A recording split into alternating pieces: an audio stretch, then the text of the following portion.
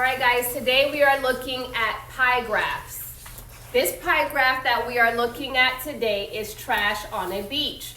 The reason why we call it a pie graph is it looks like a pie. It's in the shape of a pie. A pie graph makes data easy to read. The circle represents a whole group of data. The pie graph should always be divided into 100%. So if I were to add up all of these percentages, it would equal to 100%. The values are expressed by the sizes. So you see that 45 is larger than 35, and 35 is larger than 15 and 10. Do you see that?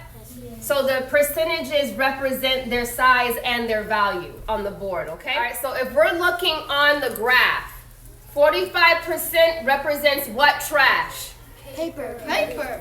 30% represents what trash? Metal. 10% represents what trash? Rubber. And 15% represents what trash? Whoa. All right, so now that we know what each of these represents, let's ask some questions about the pie graph.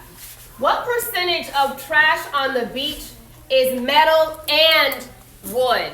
How would I find my answer? By adding the metal and wood. By adding the metal percentage, which is 30%, plus the wood, which is 15%. What's 0 plus 5? 5. What's 3 plus 1? 4. So my answer would be 45%. How much is rubber? 10%. 10%. So I put my 10% here. I am subtracting because it says how much more is paper than rubber. What is 5 minus 0? 5. And what is 4 minus 1? 3. So the answer would be 35%. Now we're going to look at the next question that says, which trash on the beach was found the most? Yes. Paper. It was paper at 45%. So we'll put paper. Next question. Which trash on the beach was found the least? Yes. Rubber. Rubber at 10%. Very good.